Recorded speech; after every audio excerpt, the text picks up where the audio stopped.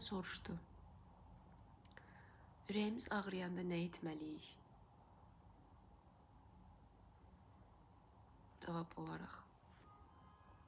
Biz onu dostluqla bərabər axıtdığımız göz yaşları və zamanla sağaldırıq. O vaxta qədər ki, təzədən ümidlə dolub xoşbəxt olacaq.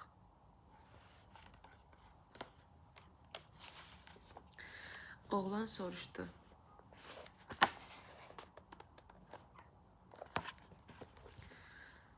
Bəs başqa məsləhətim var? At cavab verdi. Öz dəyərini sənə olunan rəftarla ölçmə. Həmişə yadında saxla ki, sən önəmlisən, sevilirsən və bu dünyaya səndən başqa heç kimin gətirmədiklərini gətirirsən.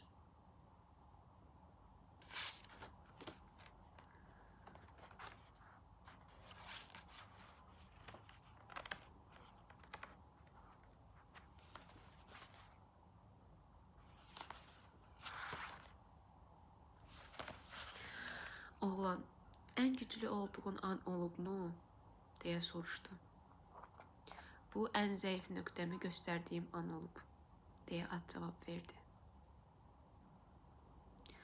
Kömək istəmək vaz keçmək demək deyil, deyə at davam etdi. Vaz keçməmək deməkdir.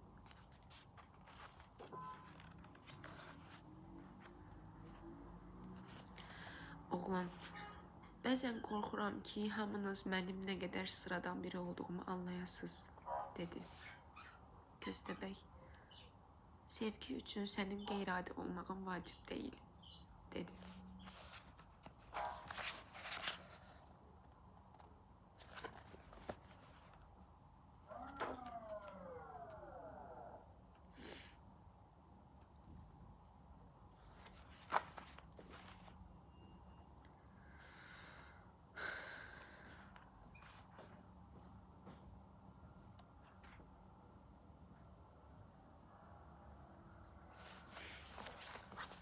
Bəzən, deyə at dilləndi.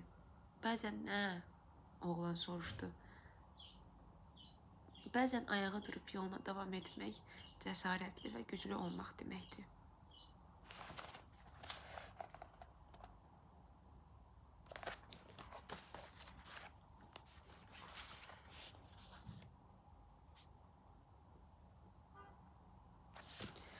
Ən böyük xülya odur ki, güya həyat mükəmməl olmalıdır.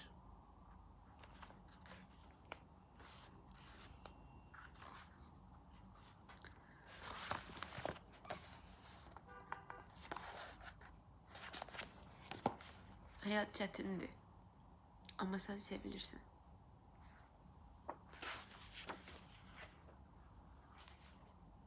Yəni, siz mənim haqqımda hər şeyi bilirsiniz, deyə oğlan soruşdu. At hə, dedi. Və siz hələ də məni sevirsiniz. Biz səni lap çox sevirik.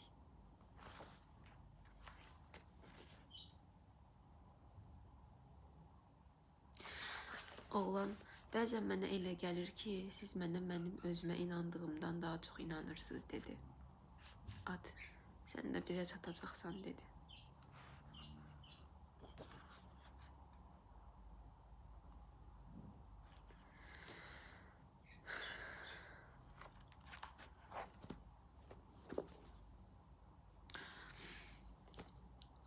Bu kitabı çox sevirəm. Çox qəşəng kitabdır. Yəni, nə vaxt oxusam hər dəfə ağlayıram. Çox, yəni mənim içimdəki uşaqla birbaşa məni bağlantıya salan bir neçə şey var. Onlardan biri də bu kitab ola bilər. Animasiyasında izlədim. Orada daha detallıdır. Prosto bir-iki belə sözlər oxumaq istədim. İçində çox qəşəng illüstrasiyalar var. Belə prosto bunu bölüşmək istədim.